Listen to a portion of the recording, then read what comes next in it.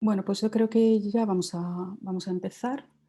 Bienvenidos todos al Observatorio de Lleves, a este webinar sobre el Observatorio de Lleves, en el que vamos a descubrir qué hace único al Observatorio de Lleves.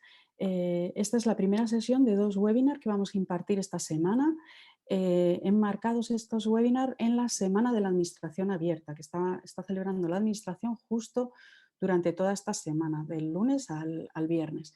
Entonces, mi compañero Pablo García Carreño os va a impartir el primer webinar hoy y yo impartiré el segundo el viernes a esta misma hora. Los 2 webinars son exactamente iguales, ¿vale? Os agradecemos muchísimo que os hayáis conectado, sobre todo a los compañeros que nos estáis ahí apoyando. Os cuento un poco cómo va a consistir este webinar. Al principio, Pablo va a realizar una presentación de unos 30 minutos sobre el Observatorio de Lleves. Es una presentación un poco para todos los públicos. Luego vamos a tener un turno de preguntas que os agradeceríamos hacer mediante el chat. Nos escribís, podéis escribir las preguntas en cualquier momento durante la presentación y luego Pablo o yo, o a lo mejor algún compañero del observatorio que se anime, os contestaremos las preguntas. Y luego ya al final del turno de preguntas proyectaremos un vídeo que tenemos del Observatorio de Lleves, que ha sido financiado por el Ministerio de Ciencia con motivo de esta semana de la Administración Abierta para celebrar esta semana. Os voy a presentar a Pablo. Pablo García Carreño es ingeniero de receptores del Observatorio de Lleves, estudió el grado de Ingeniería de Sistemas de Telecomunicación en la Universidad de Alcalá, posteriormente hizo el máster de Ingeniería de Telecomunicación también en la Universidad de Alcalá y ahora está realizando allí su tesis doctoral. En el 2015 se incorporó al Observatorio de Lleves como becario del Instituto Geográfico Nacional y en el 2019 pasó a pertenecer al Cuerpo de Astrónomos después de aprobar una oposición de funcionario del Grupo A1, del cual estamos muy orgullosos que haya aprobado y sea parte del observatorio. Y bueno, pues sin más dilación doy paso a Pablo, que os va a explicar por qué el Observatorio de Lleves es único. Pues cuando quieras, Pablo. Muy bien, muchas gracias Cristina por la presentación. Voy a ver si puedo compartir la pantalla. Vale, ahí creo que deberíais estar viendo ya la presentación. Sí. Primero de todo, muchas gracias a todos por asistir a este webinar de la Semana de la Administración Abierta, en el cual voy a intentar explicar qué nos hace único, cuáles son la instrumentación que tenemos y qué es lo que, en definitiva, qué es lo que realizamos en el observatorio. A ver. Vale. En primer lugar, nosotros nos encontramos en un municipio de Castilla-La Mancha, en la provincia de Guadalajara, que es Lleves. Este pueblecito está situado cerca de Guadalajara, a unos 20 minutos y cerca de Alcalá de Henares. Como podéis ver, estas son nuestras instalaciones. Esto es una foto que es muy bonita porque fue cuando la nevada de Filomena. También hay que decir que somos una infraestructura científica técnica singular, somos la única ICTS de Castilla-La Mancha y una de las 7 dedicadas a la astronomía y la astrofísica. Esto es muy importante, ya que se consigue gracias a nuestro radiotelescopio de 40 metros, el cual cumple las 3 características fundamentales de las ICTS. Es una infraestructura de titularidad pública, es singular y es abierta al acceso competitivo. Esto quiere decir que cualquier persona, que cualquier astrónomo que quiera desarrollar sus investigaciones con nuestro radiotelescopio puede acceder a él de forma libre y gratuita. Únicamente tendrá que enviar una propuesta y esta propuesta será estudiada su interés científico por un comité y podrá acceder, si es aceptada, a nuestras instalaciones, a poder utilizar nuestro radiotelescopio. Nosotros nos encontramos dentro del Ministerio de Transporte, Movilidad y Agenda Urbana. Dentro de este ministerio dependemos de la Dirección General del Instituto Geográfico Nacional y a su vez de la Subdirección General de Astronomía y Geodesia. Dentro de esta subdirección podemos distinguir 2 partes. El Observatorio Astronómico Nacional, que está compuesto por nuestros compañeros del mismo cuerpo de astrónomos, pero que se dedican más a un ámbito científico, a realizar las investigaciones científicas propiamente dichas. Este Observatorio Astronómico Nacional se encuentra en Madrid, en El Retiro, y es muy bonito también y os aconsejo la visita. Y luego estamos nosotros, el Observatorio de Lleves, que somos el Centro de Desarrollos Tecnológicos. Nos dedicamos principalmente a realizar tecnología, a realizar los receptores para poder equipar nuestras antenas con la mejor tecnología posible y dotar a los astrónomos y a los científicos de la mejor tecnología para realizar la ciencia, para realizar sus investigaciones. Si echamos un vistazo a nuestro recorrido histórico, el observatorio comienza en el año 1975 con la creación de una torre solar y de un astrógrafo. Se observaba en el óptico. No obstante, pronto, en el año 1978, se crearía una primera antena dedicada a la radioastronomía. Es una antena de 14 metros de diámetro, que aquí no se ve, pero está dentro de este radomo, que el radomo es transparente a la radiación electromagnética, que se utilizaría para realizar diferentes observaciones hasta el año 2007, donde se construyó nuestro radiotelescopio se puso en marcha nuestro radiotelescopio de 40 metros, Aries 21. Hasta entonces fue utilizada esta antena, que actualmente ya está en desuso porque ha tenido diferentes problemas y la gran sensibilidad que se obtiene con Aries 21 hace que ya no sea útil utilizar esta antena más antigua.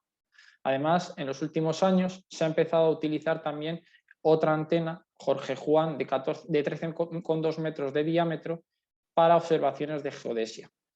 El radiotelescopio de 40 metros se utiliza principalmente para astronomía y el radiotelescopio de 13,2 metros se utiliza principalmente para geodesia, para observaciones para el estudio de nuestro propio planeta, del estudio de la Tierra a través de observaciones de cuásares. Esta antena es más pequeñita, solo tiene 13 metros de diámetro la parábola y se mueve mucho más rápido. Y está marcada dentro de un proyecto internacional conocido como BIOS, del cual hablaremos más adelante. Esto es una vista en satélite del observatorio, donde podemos ver mejor las instalaciones que tenemos, el radiotelescopio de 40 metros, el radiotelescopio de 13 metros, el astrógrafo junto con la torre solar, y además se está construyendo una nueva serie de edificios, como es nuevos laboratorios y talleres, ya que debido a la gran cantidad de proyectos que tenemos actualmente, necesitamos cada vez más equipamiento y necesitamos más espacio para poder seguir en el estado del arte, de la ciencia. Es por ello que se ha construido unos nuevos laboratorios que van a contar con la más moderna tecnología. Además, también disponemos de un edificio de gravimetría. En él se sitúan diferentes gravímetros, superconductores y absolutos, cuyo objetivo es medir la gravedad terrestre.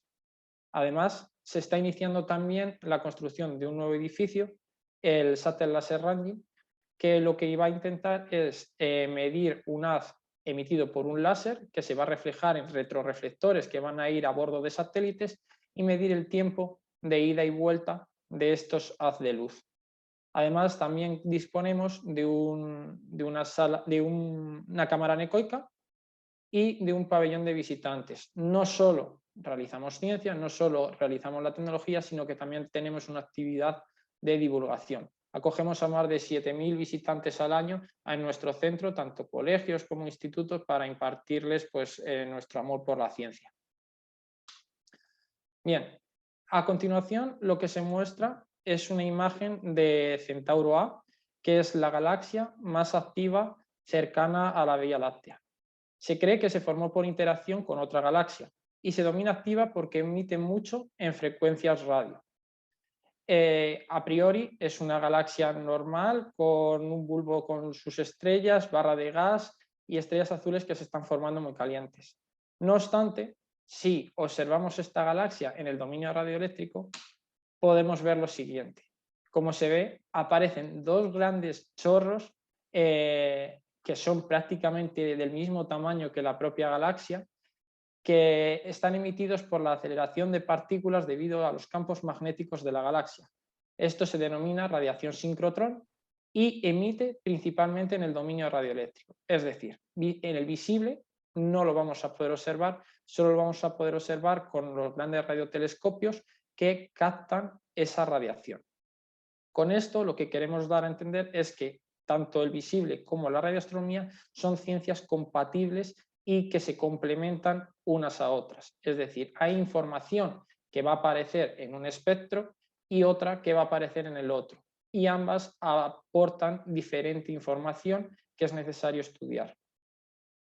Si nos vamos a estudiar un poquito cómo funciona la luz, podemos ver que se emiten en diferentes frecuencias. Una onda electromagnética puede ser muy pequeña, con lo cual es muy energética, o muy larga, con lo cual pierde energía. Estas ondas electromagnéticas son clasificadas en función de esta longitud de onda, en función de su frecuencia, de tal manera que podemos tener pues, rayos gamma, rayos X, rayos ultravioleta y frecuencias y radiación menos energética, como es las microondas o la radio. Desde la Tierra, para poder observar, tenemos una capa protectora que nos protege de esa radiación que es muy energética, que es la atmósfera. Con lo cual, mucha de la radiación que nos llega es absorbida por la atmósfera y no podemos observar desde la Tierra. Es por eso que para poder observar en algunos rangos es necesario trasladar los radiotelescopios, los telescopios al espacio. Sobre todo en los rayos gamma, rayos X, la atmósfera es opaca, entonces no podemos visualizar esa información desde la Tierra. Desde la Tierra podemos ver la luz visible y parte del infrarrojo, y sobre todo tenemos una ventana radioeléctrica que es la que aprovechamos para colocar nuestros radiotelescopios y poder observar la radiación que nos está llegando de las diferentes fuentes celestes. Para ello, lo que vamos a utilizar son grandes radiotelescopios, que son grandes infraestructuras con una forma parabólica, que lo que nos permite es captar toda la radiación que está llegando en la dirección de apuntado de las diferentes fuentes celestes y concentrarla en nuestro receptor. Que nuestro receptor lo que nos va a permitir es transformar esa señal que nosotros no estamos viendo por ningún lado y que sea entendible y que sea procesable por los astrónomos, por las personas que tienen los conocimientos necesarios para poder estudiar esa señal. Nosotros en IEVES contamos con un radiotelescopio que se llama Aries 21, que tiene 40 metros de diámetro su parábola y que permite observar desde 2 hasta 100 GHz, equipado con 5 receptores que nos permiten cubrir toda la banda. El tamaño en el radiotelescopio es muy importante, porque cuanto más grande sea la parábola, mayor resolución vamos a ser capaces de obtener. No obstante, necesitamos que las parábolas sean perfectas, lo más exactas posibles, porque si no vamos a tener pequeños errores que nos van a enturbiar la señal y no vamos a poderla obtener con una gran resolución y nos van a limitar la frecuencia de funcionamiento.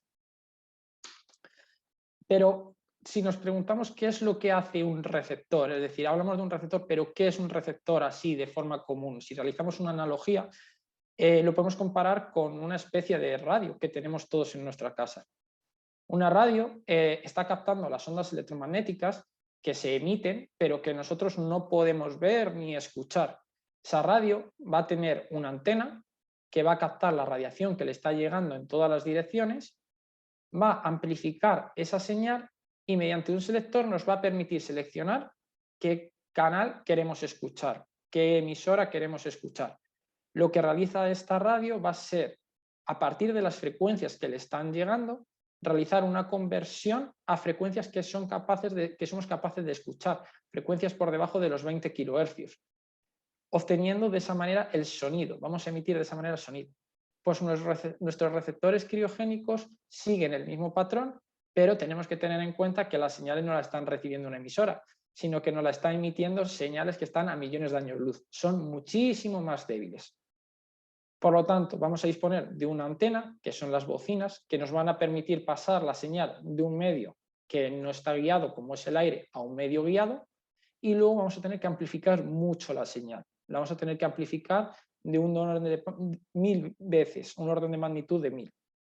Para poder amplificar añadiendo el menor ruido posible, puesto que las señales van a estar por debajo del nivel de ruido, se van a utilizar amplificadores criogénicos, amplificadores que están enfriados por debajo de los 260 grados bajo cero.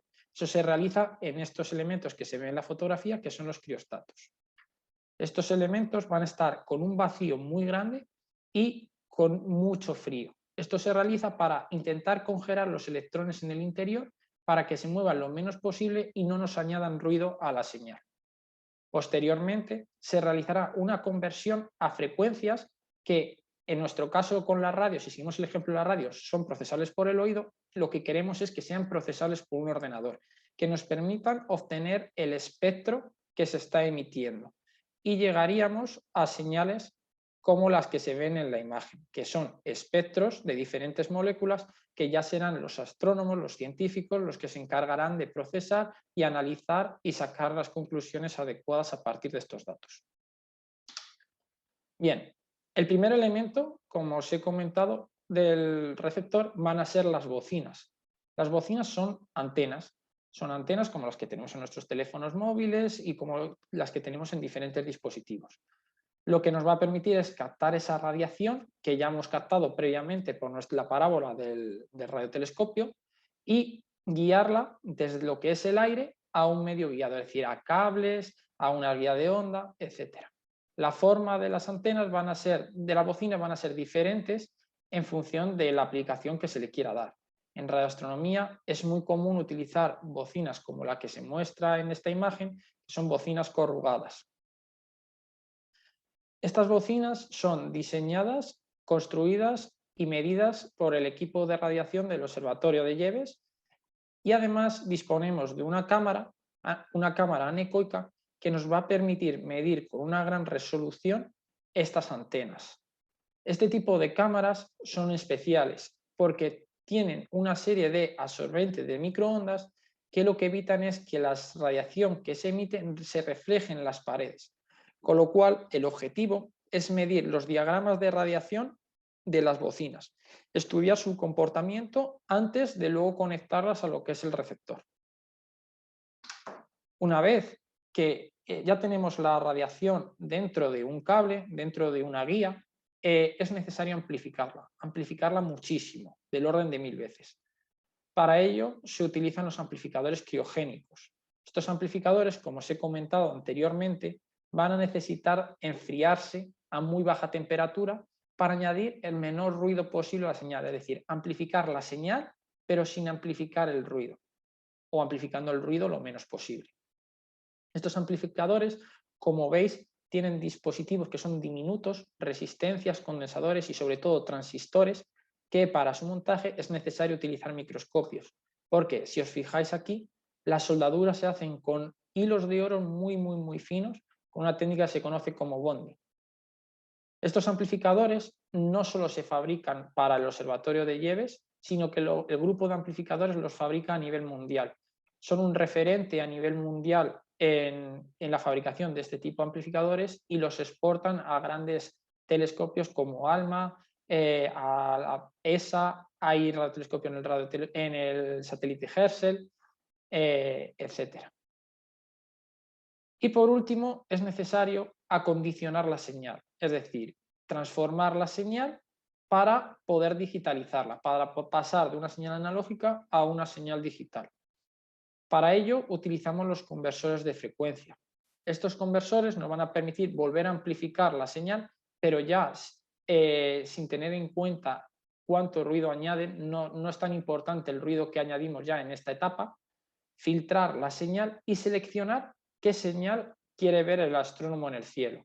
Es decir, al igual que la radio podemos ir eligiendo diferentes emisoras, diferentes frecuencias, con un conversor de frecuencia vamos a poder seleccionar qué parte del cielo queremos transformar a las frecuencias que se pueden posteriormente analizar con los digitalizadores, con los conversores analógicos digital o con las FPGAs, para a partir de esta conversión realizar, conseguir el espectro de la señal que antes no podíamos ver. Ahora ya será visualizable en un ordenador y podrá ser estudiada y obtenida la diferente información a partir de estos datos. Una vez que ya hemos hecho eso, ya tendremos la señal en el punto que queremos, es decir, ya habremos convertido toda la señal, la habremos recibido, la habremos amplificado y la habremos convertido para que pueda ser analizada. No obstante, hay que tener en cuenta que la señal que recibimos es muy débil. Procede de fuentes que se encuentran a millones de años luz, así que imaginaros qué radiación podemos llegar a recibir. Por lo tanto, tenemos un enemigo en el observatorio, que son las interferencias. Cada vez más estamos trabajando con frecuencias, con tecnología inalámbrica. Todos tenemos una pulsera que tiene una conexión Bluetooth con nuestro teléfono móvil. Los móviles tienen datos, utilizamos Wi-Fi. Esto para nosotros, aunque en el día a día es muy útil, para nosotros son problemas. ¿Por qué? Porque aunque emiten muy poquita potencia, es muy grande en comparación con la potencia que podemos recibir de las fuentes astronómicas.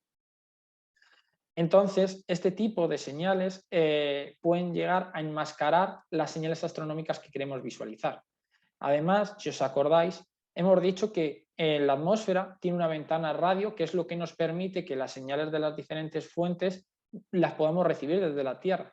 Pero eso no se utiliza solo para astronomía, también se utiliza para la comunicación por satélite.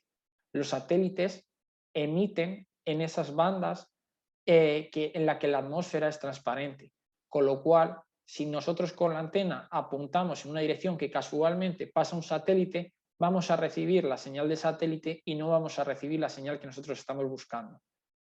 Aquí tenemos que tener en cuenta varias consideraciones. En primer lugar, que si la potencia que estamos recibiendo de una fuente artificial es más potente que lo que queremos observar, lo que vamos a recibir no es nuestra estrella, por ejemplo, vamos a recibir la fuente artificial. Entonces nos va a enmascarar la señal que deseamos observar.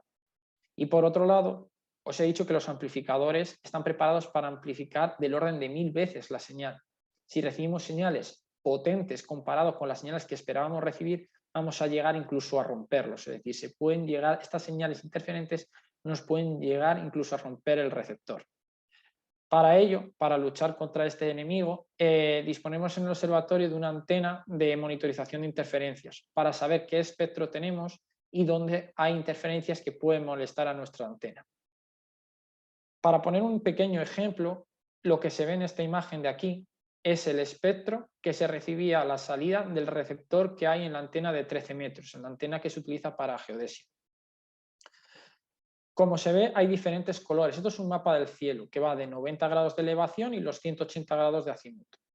Los colores que están en amarillo y naranja son posiciones en que la antena se vería enmascarada por las señales. Es decir, son posiciones en las que si hubiéramos dejado el receptor como lo instalamos al principio, no hubiéramos podido observar correctamente porque se hubieran producido intermodulaciones y efectos que nos hubieran afectado a nuestro receptor y nos hubieran enturbiado nuestra medida.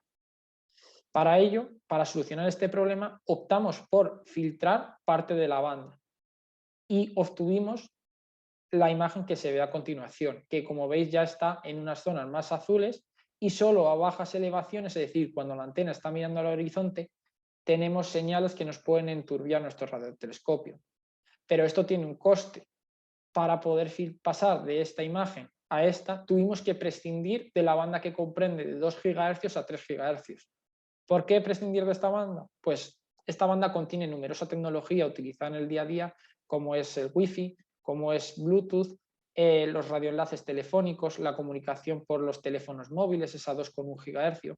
Entonces, todas estas tecnologías para nuestra antena es mucha potencia, no podemos trabajar con esa antena, con lo cual tenemos que ir prescindiendo de diferentes bandas de frecuencia para poder observar. Bien, pero ¿cuáles son los últimos descubrimientos y los últimos resultados que hemos hecho con el radiotelescopio de 40 metros? Pues en la actualidad, el 40 metros ha estado realizando muchas observaciones astroquímicas en nubes oscuras y frías donde se están formando nuevas estrellas. Como resultado de esto, se han descubierto más de 40 moléculas orgánicas complejas, que esto supone más de 1/3 de las que se habían descubierto hasta la actualidad. Esto nos sitúa como la segunda antena en el mundo que más moléculas ha descubierto en la historia de la astroquímica. Y actualmente se puede decir que tenemos el receptor en banda Q que comprende entre los 30 y los 50 gigahercios más potentes del mundo. Estamos compitiendo con el radiotelescopio de Greenbank, que tiene 110 metros de diámetro, situado en los Estados Unidos. Pero todas estas moléculas han sido descubiertas gracias a este receptor, y este receptor nos está dando muchas alegrías y nos está dando muy buenos resultados en la actualidad. Ha sido desarrollado íntegramente por nosotros en el observatorio y está compitiendo y superando a los mejores receptores del mundo en ese rango de frecuencias. Además, otro descubrimiento importante ha sido el descubrimiento de la etanolamina, que forma parte de los fosfolípidos que forman las membranas celulares. Estas membranas celulares es una capa protectora que recubre las células de todos los organismos y que permite que en el interior de ellas puedan ocurrir procesos genéticos y metabólicos. Además, cabe decir que en la actualidad cada vez se van descubriendo más exoplanetas en nuestra galaxia que orbitan en otras estrellas, de los cuales hay 10 que se puede decir que son muy similares a la Tierra, con una estrella parecida al Sol, con un tamaño parecido a la Tierra, con una zona de habitabilidad donde el agua puede encontrarse en estado líquido, con lo cual vamos a dejar a interpretación al oyente que podáis sacar vuestras propias conclusiones de esta información. Pero con el 40 metros no solo observamos en antena única, es decir, no solo observa el 40 metros solo. También participa de redes formadas por muchos radiotelescopios expandidos por todo el mundo. Esto se llama VLBI, interferometría de muy larga línea de base.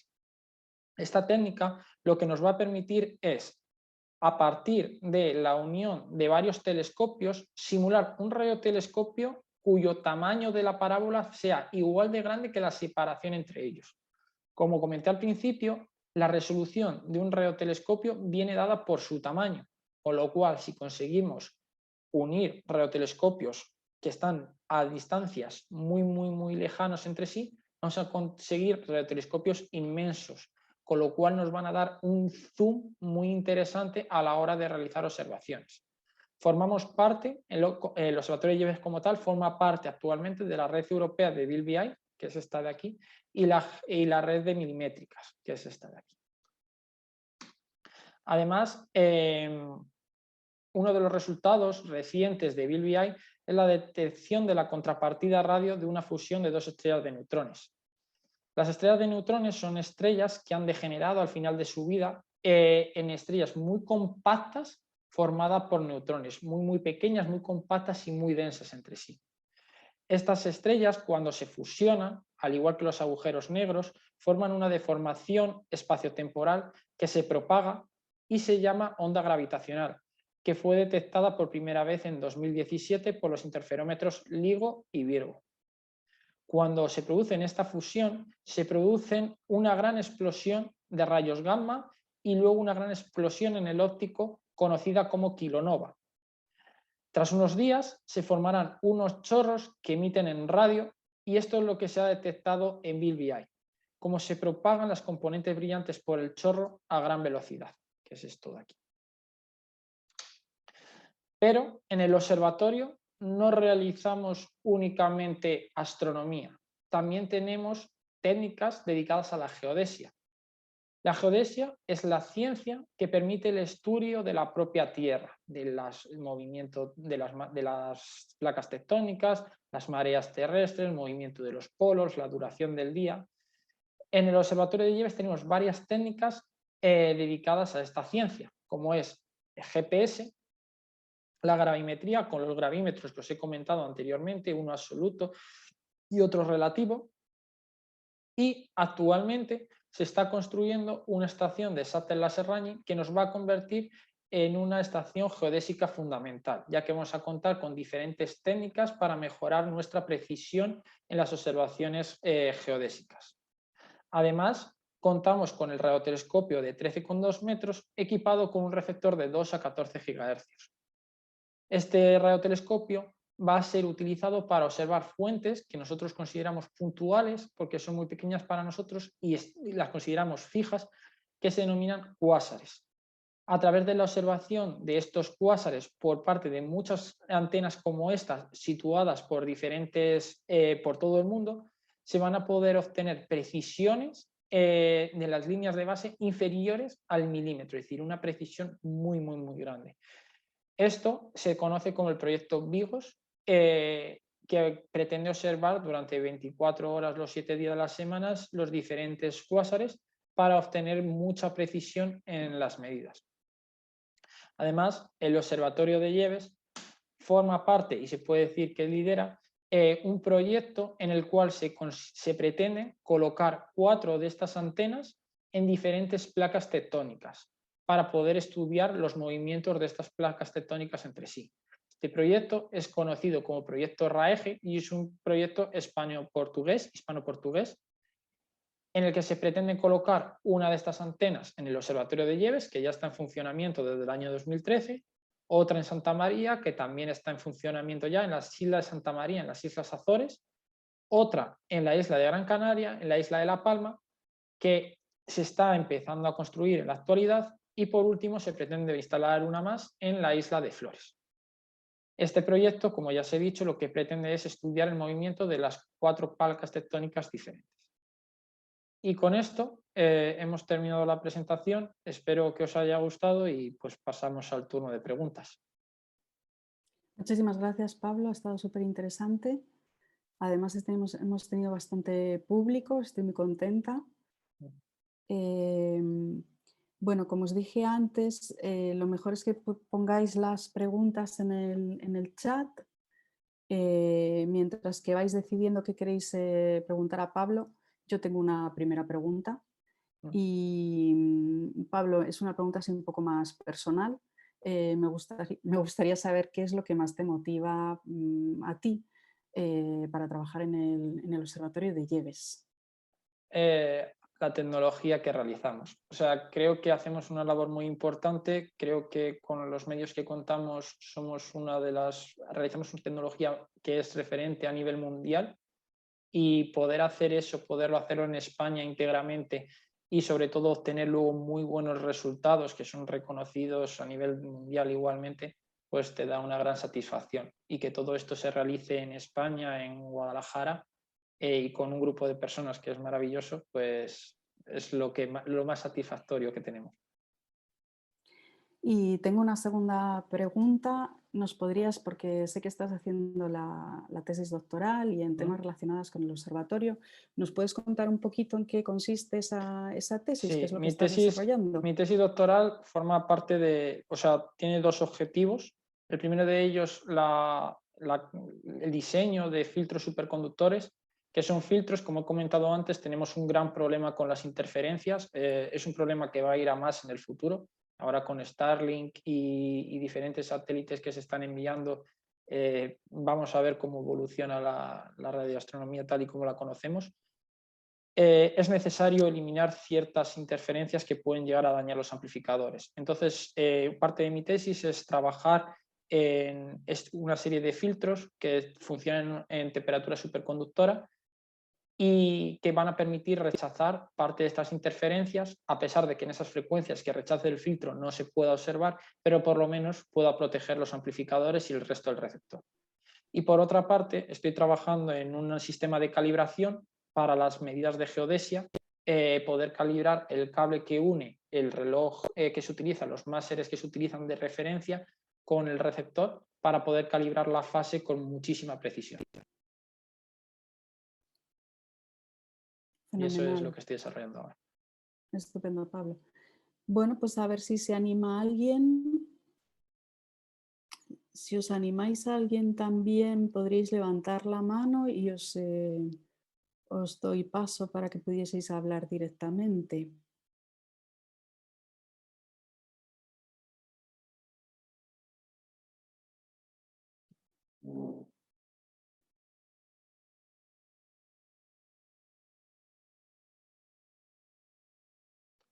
Lo has explicado todo muy bien y muy claro, Pablo. Vale, pues si quieres pasamos al vídeo. Estupendo.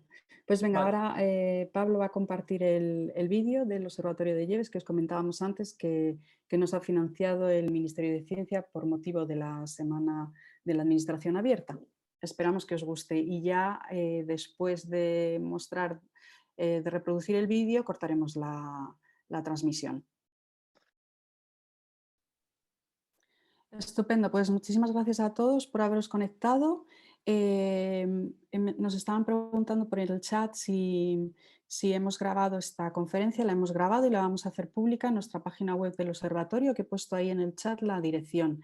Y luego, si tenéis algún amigo, compañero que le pueda interesar, que pensáis que le pueda interesar esta conferencia, la vamos a repetir el próximo viernes, este viernes 1 de julio, también a las 12 p.m., ¿vale? Que en este caso me presentará Pablo y le impartiré yo.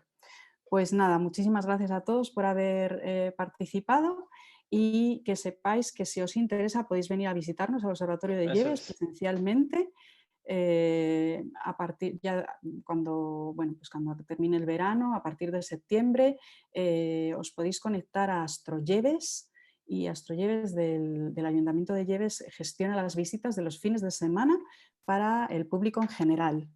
Entonces, pues nada, llamáis o os apuntáis por internet y podéis venir en grupos, de familia, de amigos, lo que queráis. Bueno, pues de nuevo agradecer a Pablo, que ha estado súper interesante la Muchas conferencia, gracias. y a todos vosotros por haberos conectado. Muchísimas gracias y nos vemos pronto. Hasta luego.